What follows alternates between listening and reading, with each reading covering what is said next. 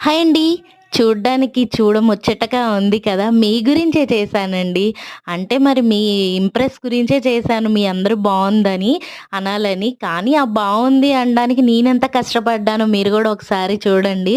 టైంకి వర్షం పడింది. నీట్‌గా అలుక్కొని పెట్టుకుంటే రాత్రల్లా నిద్ర లేదు. రేపు పొద్దున చేసుకోగలమా లేదా అని 2కి లేసాము. శుభ్రంగా వర్షం పోయింది. చందమామొచ్చాడు.